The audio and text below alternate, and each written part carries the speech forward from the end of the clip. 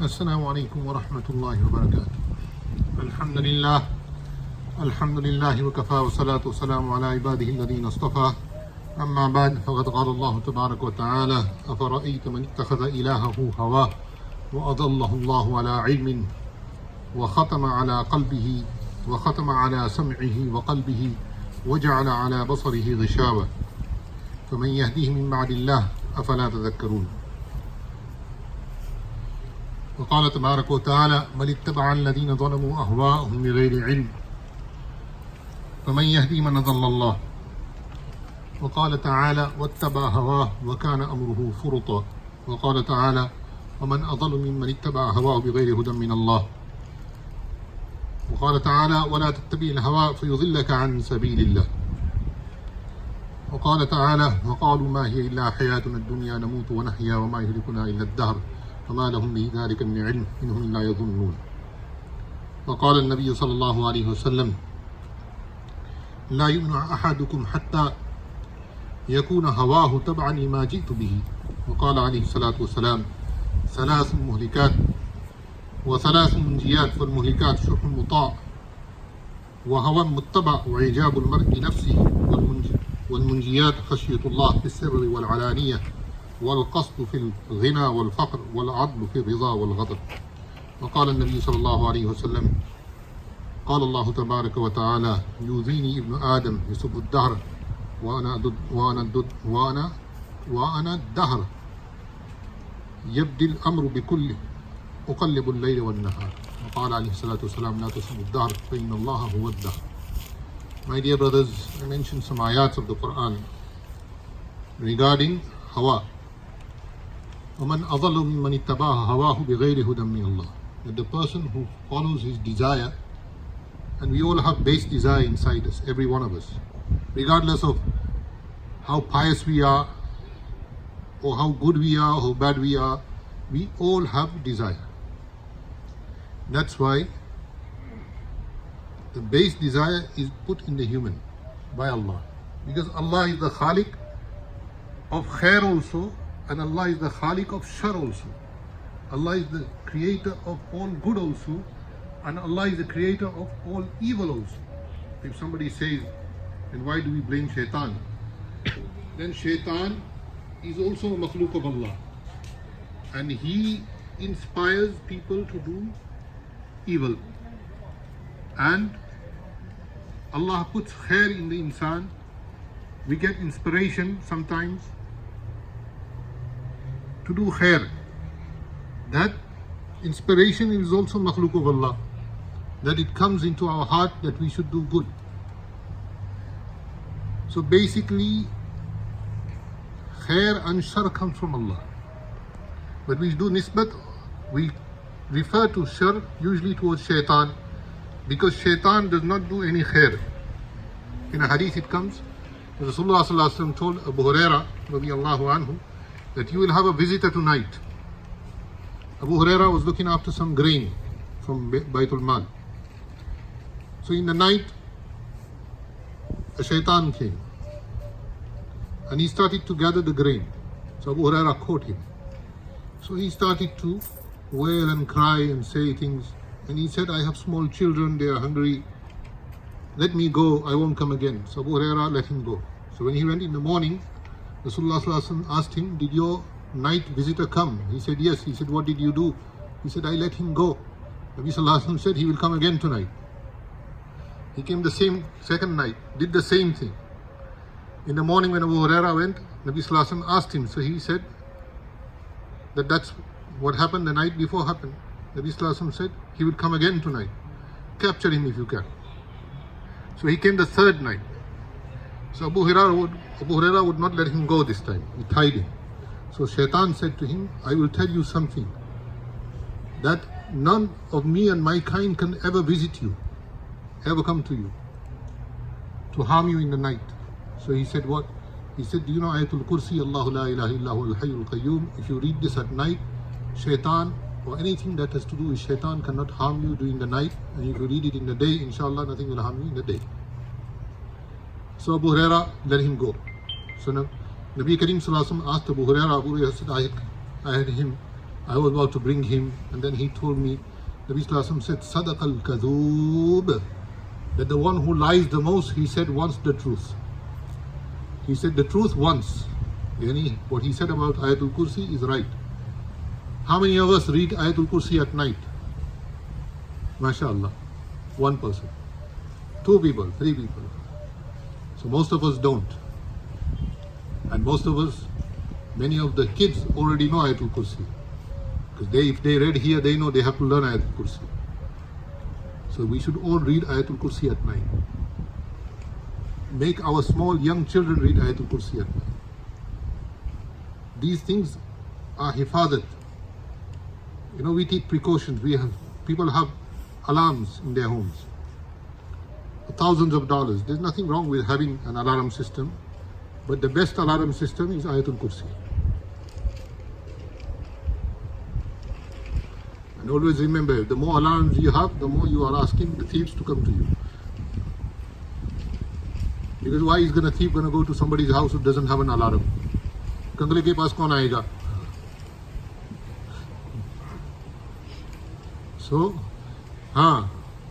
that's how we are. We think that we are very safe. We are not safe. Unless we are in the safety of Allah. That's why Nabi Kareem Sallallahu Alaihi Wasallam taught us a dua in the morning. We should read at least 3 times, in the evening at least 3 times. Bismillahilladhi la yadurru ma'a ismihi shay'un fil ardi wa la fis sama' wa huwa as-sami'ul 'alim. These are du'as that we should read, especially at this time. There is a dua, Allahumma inni a'udhu bika min al-barasi wal-juzam wa min al-junun wa min sayyi al-asqam. Inshallah, that person who reads this dua daily twice, in the morning and the evening, COVID will not come near to him.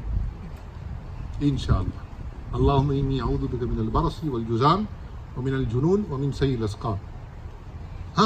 We still have to take precautions. We have to wear a mask. We have to have social distancing. But inshallah, it will not affect us. Sometimes we don't look into the simple things. By the way, what's the date today? Not the English, not the Gregorian date. I'm asking the Islamic date. Because everybody will tell me what's the Gregorian date today. What is the Islamic date? Don't worry. Does anybody know? The first group that came, they didn't know also. So, tilka betilka, you are all okay. No, we're not okay. We don't know how Islamic date is. How can we be okay? Islamic date is today, the 17th of which month? Jumada-al-Awal. Jumada-al-Awal. What year is it? 1441, 1442, 1443. Which one? He's looking at his phone and he's saying, yeah, it's 1442. Brothers, that's our Islam is in our phone. Unfortunately, our Islam is in our phone. So when Malakul Maut comes to us and he says, come, let's go, we'll say, let me take my phone with me. We're going to say that? Let me take my phone with me, because when he will ask Man Rabbuka, we will Google, what is Man Rabbuka? When you die, the first thing they will take of you is your phone. Because your kids will say, Dad had everything on the phone. Bank accounts, this account, that account, he never used to show, it's all on his phone. So iPhone or B phone, whatever phone you keep. Samsung, S20, S30, S40, whatever you keep. When you eyes shut, that will be the first thing they will take away. Because all your information is in your phone. Your whole life is in your phone. It's easy. I have the same problem, you have the same problem. We don't tell our family, our wives, our children things, but we keep it in the phone. This is the benefit of the phone. That we think, if I need to know Islamic date, I will look in the phone. We should know Islamic date like we know the date, Gregorian date. It's not an English date, it's the Gregorian date. It's based on, the Islamic date is based on what? Hijrah of who? Rasulullah sallallahu alaihi wasallam. So what's the Gregorian date based upon? वो भी किसी को पता नहीं. Mare Gutna, Phute Sar. Is based on Jesus. That they say that he was born on this day. Subhanallah. We live in America. We think we are Americans. Once I went to Hajj. So in the immigration, they were asking all those brothers who are from America, but had Bangladeshi or Pakistani or any other Muslim country passport, they have green card holders, they were asking them to come forward. So there were some Bengali brothers, some Pakistani brothers who had their own country passports and they had green card. I had a green card and I had a British passport, but they didn't ask me. So I told those brothers, go forward, they'll let you go. You can wait outside. You can do wuzu, you can do salah. He said, Maulana Sahib, I'm American. I said, he's saying if you're Pakistani, if you're Bangladeshi, then an airline came from Bangladesh. Everybody, every Haji in the airline was over 60 years old. When they came out, it was Ajib. They took all the Hujjaj from Bangladesh and they came straight away. Within 10 minutes, everybody was out. So they were looking at me. I said, I told you, go. So now they wouldn't go. So the Arab immigration officer came around. So he looked at their passport. He said, Anta Bengali. Mush, why are you here for? He said, American. He said, I don't care what you have, card have. Go. He said, Anta Pakistani. Mush. I said, you see, we ourselves don't respect ourselves. We think if you have a Bangladeshi passport or Indian passport or Pakistani passport, it's not worth it. Sometimes they are better than the blue passport that we have. Don't ever think less of your own people. Don't ever think less of your own people. Muslim, whatever he is, if he is the poorest of the poor, even then, he is warranted Jannah, inshallah. And Kafir, if he is the richest of the rich, he will have everything in this world. In the Akhirah, he has nothing. So, my dear brothers, Allah Ta'ala says, don't curse time. A lot of people are saying 2020 was a bad year. No, 2020 was not bad. We are bad. Allah says, ظَهَرَ الْفَسَادُ فِي الْبَرِّ وَالْبَحْرِ بِمَا كَسَبَتْ أَيْدِي النَّاسِ. Whatever we earn in this world, then we blame Allah, then we blame everything else. I don't want to stop selling liquor. I don't want to stop selling pork. I don't want to stop doing haram. But I have full faith that Allah will forgive me. Allah will forgive. But we have to make some effort also. Come out of it. Come out of it. And inshallah, if we come out of it, Allah will provide rizq halal for us. America is not a country where you can only make money doing haram. 99% you can make money doing halal. But you have to look for the halal. You have to look for the halal. So my dear brothers, I know some of you might be upset. This Maulvi has nothing else to say but except for haram and halal. But inshallah, on the day of judgment, you will remember that at least he used to tell us. This is my duty. This is my duty. If I don't tell you this, then on the day of judgment, you will come and say, he told about everything. He told us to give money for the land and give money for the masjid and give money for this and give money for that. But he never told us to come out of haram. On that basis, we do need money for the land. You see? We do need money for the land. We need 4,000 people to give us $200 each. It's paid off then. And we only have 1 month. We only have 1 month. $400,000 and 1 month. So I need all of you to help. First and foremost, we ask Allah subhanahu wa ta'ala. Allah has given us the opportunity that we purchase the land. We have put 2 payments on it. The rest we have to pay by February, mid-February. So make dua that Allah makes it easy. We have on our website, you can also give me checks if you want to. If you want to do it by credit card, go inside the masjid.